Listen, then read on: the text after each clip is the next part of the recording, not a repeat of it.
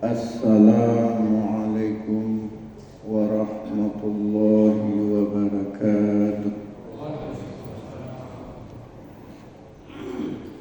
Innal hamdalillah nahmaduhu wa nasta'inuhu wa nastaghfiruh wa na'udzu billahi min shururi anfusina wa min sayyiati a'malina.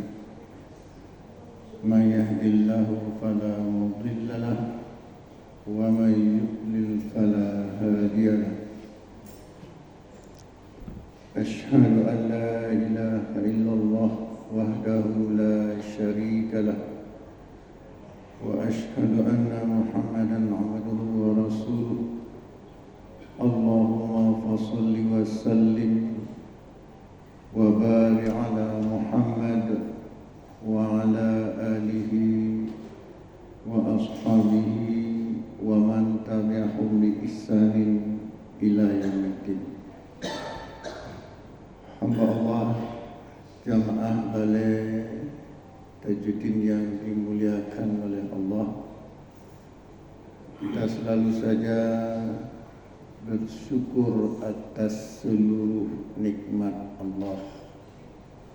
Sekecil apapun nikmat Allah tersebut, jika kita pandai bersyukur, maka Allah akan menambah nikmat tersebut. Demikian juga kita juga harus bersabar atas setiap cobaan dari Allah. Orang-orang beriman itu pandai bersyukur ketika mendapat nikmat anugerah karunia dari Allah, dan pandai bersabar ketika mendapat musibah.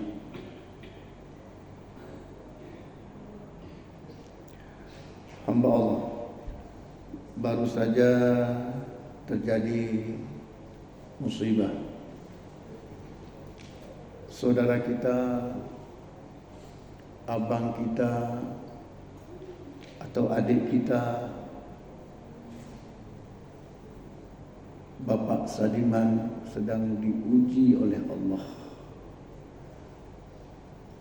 Meninggalnya anak tercinta, almarhumah Nur Ayu Sabrina. Almarhumah hanya diberi umur oleh Allah di dunia ini untuk menikmati hidup di dunia ini hanya sekitar 24 tahun. Semoga umurnya berkah. Semoga yang pergi menjadi kekasih Allah dan yang ditinggalkan hendaknya benar-benar bersabar. Hamba Allah, hidup kita di dunia ini tidak lama. Siapapun kita, suatu saat akan menemui yang maha pengasih lagi maha penyayang. Kata Nabi, a'maru ummati, umur umatku, umur kita yang hadir di balai ini, ma baina as-sittina ila as-sab'in, hanya berkisar antara 60 sampai 70 tahun. Wa aqallu man yajuz dzalika, amat sedikit yang melewati batas tersebut. Jadi kalau ada di antara kita hamba-hamba Allah ini, siapapun dia yang hidup di dunia ini, Allah berikan umurnya lebih dari 70 tahun, mungkin saja 80 tahun, 90 tahun, itu anugerah bonus yang Allah berikan. Karena Nabi tadi mengatakan rata-rata umur umatku antara 60 sampai 70 tahun. Wa aqallu man yadul zalika, amat sedikit yang melewati batas itu. Itu kalau kita berpegang pada umur umat Muhammad ini. Tapi kalau kita berpegang pada ajal, kita mengimani ajal, Allah berfirman dalam surah Al-A'raf ayat 34. Fa idza jaa ajaluhum la yastakhiruna sa'atan wa la yastaqdimun. Ketika datang ajal, ketika datang saatnya kita akan bertemu dengan yang Maha Pengasih lagi Maha Penyayang. Dan itu tidak tergantung pada umur kita. Sebagaimana yang Nabi jelaskan tadi. Kapan saja. Maka tidak bisa diundur sedikit pun dan juga tidak bisa dipercepat. Dan Allah telah mentakdirkan buah hati Bapak Sadiman almarhumah telah Allah takdirkan hanya hidup di dunia ini, hanya bisa bersama-sama kita 24 tahun. Tidak bisa dimajukan walaupun 1 detik. Tidak bisa diundurkan walaupun 1 detik. Kematian hamba Allah tidak bisa kita percepat dengan berperang. Dan tidak bisa kita perlambat dengan tidur-tidur di rumah. Fa idza jaa ajaluhum, jika telah datang ajal kita, la yastakhiruna sa'atan wa la yastaqdimun. Jika telah datang ajal kita, saat kita berpisah dengan dunia ini, tidak bisa diakhirkan sedikit pun juga tidak bisa dipercepat. Tidak bisa bersembunyi kita dari kematian.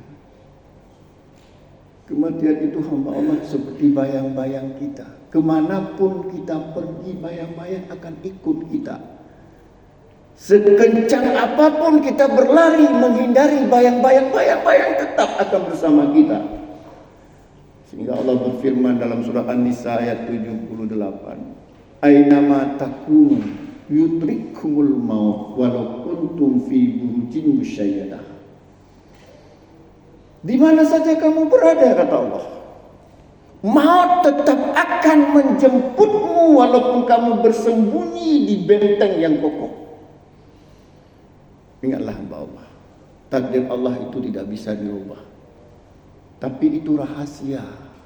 Kalau kita tahu mudah sekali. Oh, Allah telah memberitahu saya Herman Syah dengan meninggal mati misalnya umur 60 tahun. Mudah, ada sekitar sekian tahun lagi. Tapi masalah ajal Allah sembunyikan. Nabi hanya mengatakan jumlah umur, tidak menjelaskan kapan ajal kita. Tuhan Allah. Makanya hamba Allah, jangan kita sesali apa yang telah terjadi. Sudah demikian ukurannya. Sudah demikian keadaannya. Insya Allah semoga yang pergi menjadi kekasih Allah dan yang ditinggalkan hendaknya benar-benar bersabar. Saya sengaja tidak bawa kitab Mukhtasar Riyadhus Shalihin. Saya ingin hanya menyampaikan ini. Tadi saya mendengar kabar duka ini dari guru kita, Ustaz Muslim, dari imam kita. Saya ingin menghibur Bapak Sadiman. Semoga bisa lebih bersabar menghadapi ujian dari Allah. Hamba Allah, sebagai orang yang beriman, kita sedikit pun tidak boleh berburuk sangka kepada Allah. Bagaimanapun keadaan kita, jangan sekali-sekali kita berburuk sangka kepada Allah. Bahkan Nabi mengatakan, iyyakum wadhanna fa inna dhanna akdzabul hadis. Janganlah kalian berburuk sangka, karena buruk sangka itu sedusta-dustanya perkataan. Apalagi kita berburuk sangka kepada Allah. Misalnya dengan mengatakan, kenapa putriku diambil? Kenapa terjadi musibah ini? Kenapa umurnya baru segitu Allah panggil? Allah tidak adil, tidak boleh. Masya Allah, kita harus mengaca kepada orang-orang saleh. Di antaranya para nabi. Nabi Ayub, bagaimana derita yang Nabi Ayub alami, ya Allah. Penyakit Nabi Ayub itu mungkin tidak ada contohnya di dunia ini. Parah sekali sakitnya. Sehingga istrinya tidak sabar, anak-anaknya tidak sabar. Bahkan Nabi Ayub diasingkan di pinggir kota. Datang iblis laknatullah. Apa kata iblis? Kalau bahasa terjemahan bebasnya, nah kamu Ayub, kamu yang setiap saat menyembah Allah, mengajak orang menyembah Allah, apa balasan Allah kepada kamu? Kamu lihat apa balasan Allah kepada kamu, maka kamu stop dengan menyembah Allah lagi. Itu iblis. Tapi apa jawaban Nabi Ayub? Kalau Allah yang memberikan aku keadaan seperti ini, lebih dari ini aku akan menghadapinya dengan tersenyum, dengan penuh keredaan. Itu jawaban Nabi Ayub. Kenapa? Karena Nabi telah bersabda, Innallaha idza ahabba qauman ibtalahum. Kata Nabi, terkadang ketika Allah mencintai suatu kaum, kadang-kadang Allah menguji kaum tersebut dengan berbagai macam musibah. Kata Nabi, Innallaha idza ahabba qauman ibtalahum. Sesungguhnya Allah jika mencintai suatu kaum, kadang-kadang Allah menguji kaum tersebut dengan berbagai macam penderitaan. Faman radiyah falahu ridha. Jika kaum tersebut redha terhadap berbagai musibah yang Allah berikan, terhadap berbagai macam penderitaan yang Allah berikan, seperti Nabi Ayub tadi, falahu ridha, maka Allah pun sangat sayang kepada hambanya tersebut. Waman sakhita, tapi sebaliknya jika tidak sabar, protes Allah, falahu sakat, maka Allah pun akan murka kepada hambanya tersebut. Pertanyaannya, kenapa Allah sayang pada suatu kaum, tapi Allah timpakan dengan berbagai macam musibah? Kenapa? Para ulama menjelaskan, karena begitu sayangnya Allah kepada hambanya itu, Allah inginkan hambanya itu nanti di akhirat menempati surga yang sangat indah. Tapi mengandalkan amalannya tidak cukup, tidak bisa mencapai tingkatan surga yang demikian indah. Barangkali Allah ingin memasukkan hambanya itu ke surga Firdaus, surga yang paling indah, tapi dengan amalannya tidak cukup. Maka Allah menguji dengan berbagai macam penderitaan.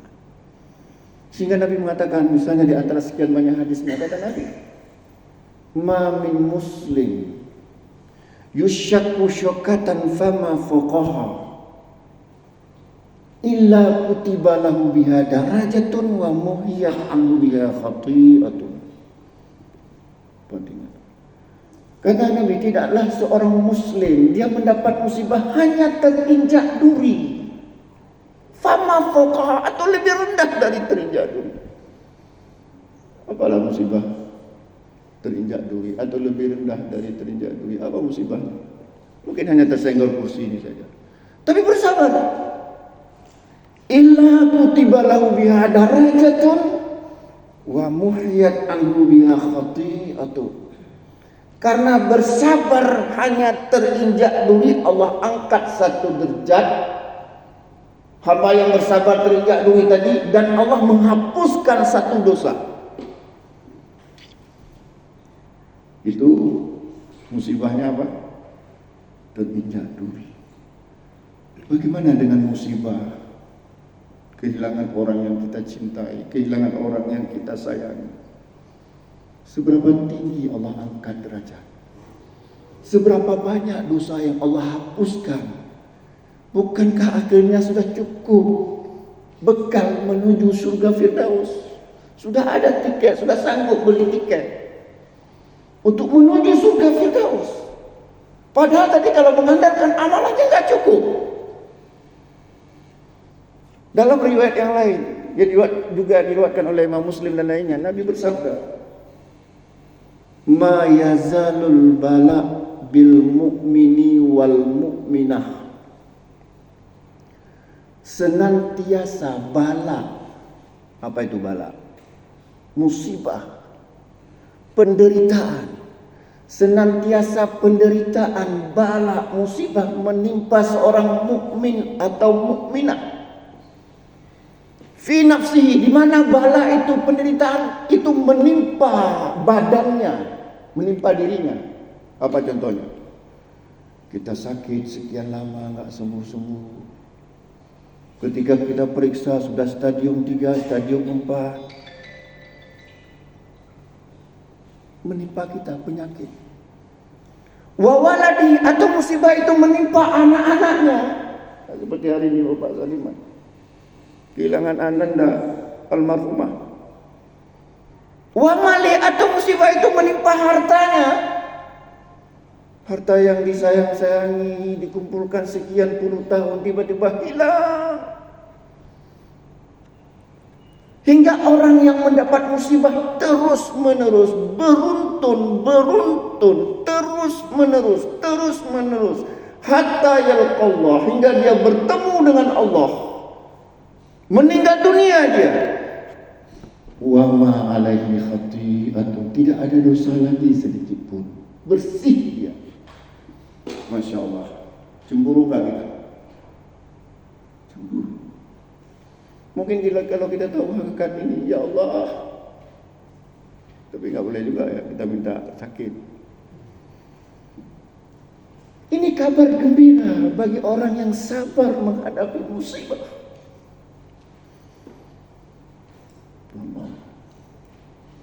Karenanya Pak Sadiman ya, bersabar. InsyaAllah Allah akan muliakan dan juga keluarga-keluarga Bapak Sudiman. Tuh. Kemudian Allah yang dimuliakan oleh Allah. Terkadang Allah menguji kita bukan hanya dengan penderitaan. Nah ini. Terkadang Allah menguji kita bukan hanya dengan penderitaan. Allah menguji kita dengan kesenangan. Sadar tidak kita? Ternyata kesenangan itu juga ujian dari Allah. Apa dalilnya? Allah berfirman dalam surat Al-Anbiya ayat 35. Wa nablukum bisyarri wal khairi fitnah. Kami uji kamu, kata Allah, dengan keburukan dan juga dengan kebaikan sebagai fitnah, ujian. Keburukan itu kemudian dipahami sebagai musibah, bala, penderitaan. Kebaikan itu dipahami sebagai kenikmatan, kesenangan dan sebagainya. Ternyata fitnah, ujian dari Allah itu bukan hanya berupa penderitaan. Kesenangan juga ujian. Sekarang pertanyaannya, mana lebih berat? Kita diuji dengan penderitaan atau dengan kesenangan? Saya nggak bilang mana kita pilih ya. Kalau pilih tentu pilih kesenangan. Saya juga. Cuma pertanyaan saya adalah, mana lebih berat kita diuji dengan kesenangan, dengan penderitaan atau dengan kesenangan? Kesenangan lebih berat. Kenapa? Coba kita lihat ya. Orang yang diuji dengan penderitaan, sekaplat apapun dia. Kaplat itu apa? Sejahat apapun dia, kalau diuji dengan penderitaan, keluar dari mulutnya, ya Allah sakit sekali ya Allah, peluru menembus kulitku ya Allah. Keluar kata-kata Allah. Walaupun dia enggak pernah salah. Ya Allah sakit sekali ya Allah. Bahkan sempat ya Allah selamatkanlah apa, padahal mafia besar. Keluar dari mulutnya Allah. Tapi ketika Allah uji dengan kesenangan, apa keluar Allah dari mulutnya? Coba kita lihat ketika Allah menguji dengan harta berlimpah, enggak keluar Allah dari mulutnya. Yang keluar apa? Hore-hore. itu yang keluar. Makanya para ulama ahli hikmah mengatakan kita lebih berat diuji dengan kesenangan. Ujian. Nah, kemudian pertanyaannya, kenapa Allah menguji kita? Karena Allah berfirman dalam surat Al-Ankabut ya, ayat 2. Ahasiban nas ayyutraku ayyaqulu amanna wa hum la yuftanun. Apakah manusia dibiarkan mengaku beriman padahal belum diuji? Enggak laku di sisi Allah kalau hanya sekedar ucapan, tapi Allah uji dengan berbagai macam hal, baik berupa penderitaan maupun kesenangan. Kalau mengaku semuanya kita beriman, mengaku beriman semuanya, bahkan 100% lagi kita bilang, enggak laku di sisi Allah kalau belum Allah uji. Makanya kata orang, kalau kita ingin melihat originalnya seseorang, orinya seseorang, tabiat aslinya, itu lihat ketika dia mendapat musibah. Nah, kenapa Allah uji kita? Karena ya, pengakuan lisan kita itu tidak begitu berarti di sisi Allah. Allah harus uji kita. Namanya ujian itu mesti ada soal kan? Di mana-mana yang namanya ujian pasti ada soal. Kalau nggak ada soal nggak mungkin ada ujian. Coba misalnya ujian masuk perguruan tinggi, ada soalnya. Ujian terima mencari kerja, ada soalnya. Nah, Allah menguji kita, hambanya, nggak banyak-banyak soalnya, cuma 2. Apa saja? Yang pertama soalnya adalah penderitaan, dan yang kedua soalnya adalah kesenangan. Setiap ujian harus ada soal, dan soal yang Allah berikan kepada kita agar kita bisa masuk surga, itu 2 soalnya. Ya, enggak mungkinlah kita masuk surga tanpa tes. Sedangkan masuk kuliah saja pakai tes, masuk kerja kita pakai tes. Masa mau masuk surga enggak pakai tes? Ini tes. Soalnya 2. Satu penderitaan, satu kesenangan. Nah, setiap soal mesti ada jawabannya. Mesti ada kunci jawabannya. Kalau soalnya berbentuk penderitaan, apa jawabannya? Tadi sudah kita katakan, jawabannya adalah sabar. Ketika Allah menguji kita, bentuk soalnya adalah kesenangan, jawabannya syukur. Maka lulus tes kita. Inilah yang kemudian Nabi menjelaskan dalam hadis yang diriwayatkan oleh Imam Abu Daud dan lain-lainnya, Imam Muslim juga. Kata Nabi, ajaban lil amril mu'mini, menakjubkan sekali urusan orang mukmin itu. Nabi kalau sudah mengatakan ajaban itu luar biasa maknanya. Ajaban lil amril mu'mini, kata Nabi, menakjubkan sekali urusan orang mukmin itu. Inna amrahu kulluhu khairun. Sesungguhnya seluruh urusannya di dunia ini semuanya baik. Wa laisa dzaka li ahadin illa lil mu'mini. Tidak seorang pun mendapatkan hal itu di dunia ini kecuali seorang mukmin.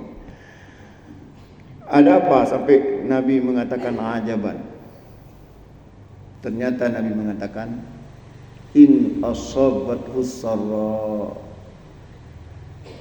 Jika orang mukmin itu mendapat kesenangan, in asabathu sarra, jika orang mukmin atau mukminah tersebut mendapat kesenangan, fasyakara, dia bersyukur kepada Allah, fakana khairan lah, maka hal itu sangat baik bagi dirinya. Terus Nabi melanjutkan, in asabathu dharra, jika seorang mukmin atau mukminah itu mendapat penderitaan, mendapat musibah dan sejenisnya. Fasabara, dia bersabar kepada Allah, fakana khairallah, maka hal itu sangat baik bagi dirinya. Tuh. Jadi ketika kita mendapat kesenangan, kita bersyukur pada Allah, lulus ujian kita. Jika kita mendapat penderitaan, mendapat musibah, kita bersabar, kita juga lulus ujian. Jangan dibalik hamba Allah. Ketika mendapat kesenangan, kufur nikmat kita. Kufur nikmat. Ya. Apa maksudnya? Apa bukti kufur nikmat? Yang dikatakan orang bersyukur ketika mendapat kesenangan, dia semakin dekat kepada Allah. Itu di antara tanda-tanda orang bersyukur. Tapi jika mendapat kesenangan, dia semakin jauh dari Allah, semakin jauh dari masjid, itu kufur nikmat. Sebaliknya, ketika mendapat musibah, dia berkeluh kesah, enggak lulus ujian. Jangan berkeluh kesah, bersabar. Hamba Allah, sedih pun wajar. Tanda kita punya perasaan. Enggak mungkin kita tidak sedih meninggal orang yang kita sayangi. Enggak mungkin. Sedih. Nabi dalam hadisnya yang sahih mengatakan, innal aina tatma'u, mata biarlah ia berlinang. Silakan berlinang air mata. Nabi juga berlinang air mata. Wal qalbu yahzanu, hati biarlah ia sedih. Ya saja, tanda kita punya perasaan. Jangankan manusia, hewan sendiri sedih kalau anaknya mati. Apalagi kita manusia sedih kalau anak kita meninggal dunia. Tapi Nabi mengatakan, wala naqul illa ma yurdi rabbuna. Kami tidak mengucapkan kata-kata kecuali kata-kata yang diridhoi oleh Rabb kami. Kemudian Nabi melanjutkan, wa inna li firaqika ya Ibrahim, sesungguhnya perpisahan denganmu wahai Ibrahim, la mahzun, sangat menyedihkan hati. Hadis ini ya, asbabul wurudnya meninggalnya putra Nabi bernama Ibrahim yang masih kecil. Nabi sangat sedih. Tapi kita dilarang oleh Nabi mengucapkan kata-kata yang menunjukkan kita tidak sabar. Terus apa kata-kata yang diridhoi oleh Allah? Di antaranya Nabi mengatakan, ma min muslim, tidaklah seorang muslim tusibu musibatun, dia mendapat musibah, tsumma yaqulu, kemudian dia mengucapkan, inna lillahi wa inna ilaihi raji'un, sesungguhnya kami ini milik Allah. Maksud kami kita dan apa yang kita miliki, dan akan kembali kepada Allah. Tsumma yaqulu, kemudian membaca doa, Allahumma ajurni fi musibati wa akhlif li khairan minha. Ya Allah, berikanlah pahala atas musibah yang menimpaku dan berilah ganti yang lebih baik. Illa ajarallahu fi musibatihi wa akhlafa lahu khairan minha. Melainkan jika hamba yang mendapat musibah membaca seperti ini, maka Allah akan memberikan pahala atas musibah yang menimpanya dan Allah memberi ganti dengan yang lebih baik. Jadi jangan meratap. Ummu Atiyah mengatakan, Ummu Atiyah ini adalah salah seorang sahabat Nabi yang menjadi tim memandikan putri Rasulullah Zainab dan Ummu Kalsum ketika meninggal dunia. Jadi kata Ummu Atiyah, akhadha alaina Rasulullah sallallahu alaihi wasallam alla nanuha. Kata Ummu Atiyah, Nabi mengambil janji pada kami, karena perempuan biasanya suka meratap, Nabi mengambil janji pada kami agar tidak boleh meratapi mayat. Kenapa? Kalau kita meratapi mayat seolah-olah kita nggak rela. Putri kita hakikatnya bukan milik kita, milik Allah. Allah titipkan sebentar pada kita. Kemudian kita meyakini bahwa almarhumah Nur Ayu Sabrina sekarang sedang bersama kekasihnya. Kenapa? Karena bukankah kita sering mengucapkan Bismillahirrahmanirrahim. Apa artinya? Dengan nama Allah yang Maha Pengasih lagi Maha Penyayang. Allah itu sangat kasih kepada kita, sangat sayang kepada kita, dan menginginkan kita menjadi ahlul jannah. Allah nggak menginginkan kita menjadi penghuni neraka.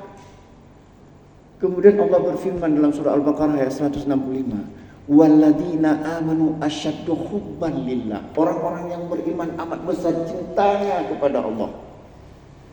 Kita yakin almarhumah orang-orang yang beriman termasuk di antara orang-orang yang beriman. Dan dia sangat cinta kepada Allah, sebagaimana firman Allah tadi, bertemu dengan sang kekasih yang Maha Pengasih lagi Maha Penyayang. Sekarang saya tanya, kalau bertemu dengan kekasih senang nggak kita? Senang. Dengan kita hanya takut bertemu musuh. Allah itu bukan musuh kita, Allah kekasih kita. Maka insya Allah sekarang almarhumah sedang tersenyum dengan kekasih Allah subhanahu wa ta'ala. Jadi nggak perlu kita sedih, berlarut-larut dalam kesedihan itu tidak boleh. Relakanlah. Insya Allah kita akan segera menyusul. Itu hamba Allah yang harus kita pahami, bahwa Allah itu Maha Pengasih lagi Maha Penyayang.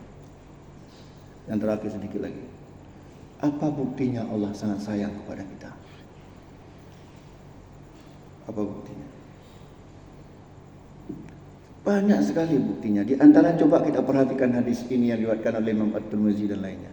Kata Nabi, innar rajula, sesungguhnya ada seorang laki-laki, la ya'malu amalan min ahli nar fima yudlin nas. Dia beramal dengan amalan penduduk neraka sebagaimana dilihat oleh manusia. Hadis ini. Wa huwa min ahli jannah, tapi sesungguhnya dia penghuni surga. Hadis ini sahih diriwayatkan oleh Imam Tirmidzi, Imam Muslim dan lain-lainnya. Inna rajula, sesungguhnya ada seorang laki-laki, la ya'malu amalan min ahli nar fima yudlin nas. Dia beramal dengan amalan penduduk neraka sebagaimana dilihat oleh manusia. Kalau kita tanya siapa dia, nggak ada seorang pun mengatakan dia orang baik.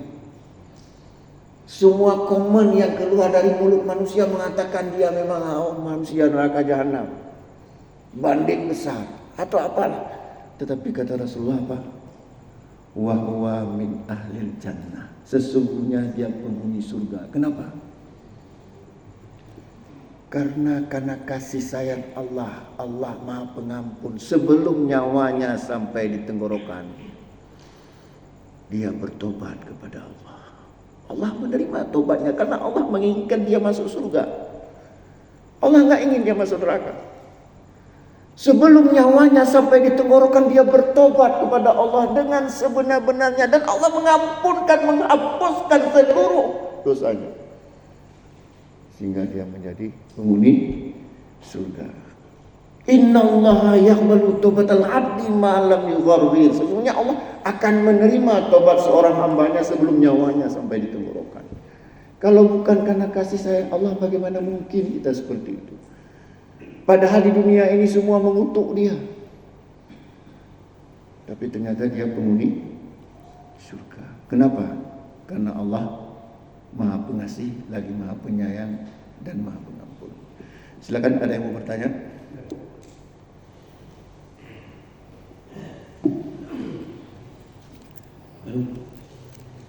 Jika seseorang orang tua meninggal, ya,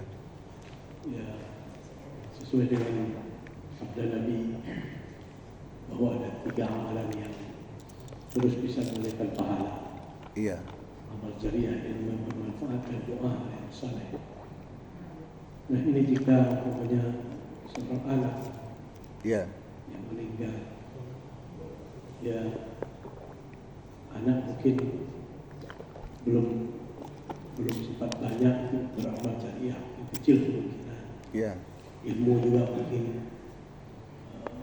belum begitu banyak itu bisa disampaikan kepada orang lain. Doa anak yang saleh, lebih lagi belum punya anak. Apa yang bisa, amalan apa yang bisa melahirkan pahala untuk seorang anak yang sudah meninggal? Iya. Bagus pertanyaannya. Ya. Tapi susah jawabannya. Ya. Kalau kita melihat hadis Nabi, idza mata ibnu Adam inqata'a amaluhu illa min salasin. Jika meninggal anak manusia maka terputus amalannya kecuali 3 hal. Yang pertama, sedekah jariyah. Yang kedua, al-ilmu yuntafa'u bih. Dan yang ketiga, walidun shalihun yad'ulah. Tidak dikatakan ayah yang soleh, tapi anak yang soleh. Maka hamba Allah, kalau kita melihat penjelasan para ulama berdasarkan hadis-hadis yang sekian banyak, dan tidak mungkin saya sebutkan satu persatu. Intinya bahwa itu hanya berlaku pada anak yang soleh, sebagaimana zahirnya teks. Terus bagaimana orang tua? Kalau mendoakan orang yang meninggal, apalagi anak, secara umum dibolehkan. Secara umum ya, doa kita kan ketika salat jenazah kita juga berdoa. Bahkan ada juga doa kita, Allahumma fil muslimina wal muslimat wal mu'minina wal mu'minat al ahya'i minhum Allahumma fir lahu warhamhu wa'afihi wa'afwan. Ya. Tetapi jika misalnya kita bersedekah, lantas kita niatkan kepada anak kita, ini tidak ada dalilnya. Bahkan bertentangan dengan surat Al-Munafiqun ayat 10. Wa anfiqu mimma razaqnakum min qabli ayyatiya ahadakumul maut.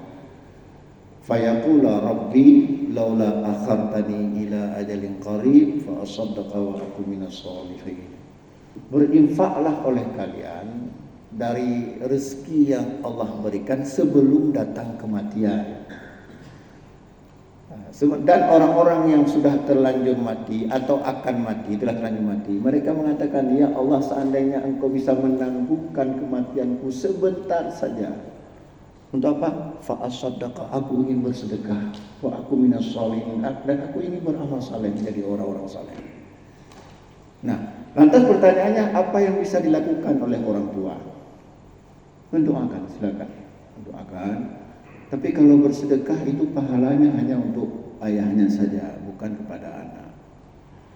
Kenapa? Nah, kemudian pertanyaannya, kenapa bersedekah itu seperti ayat tadi? Ya, kalau kita buka kitab-kitab tafsir yang menjelaskan ayat Al-Munafiqun ayat 10 itu, saya sudah buka kitab tafsir. Di antaranya jelaskan bahwa syarat amal itu niat.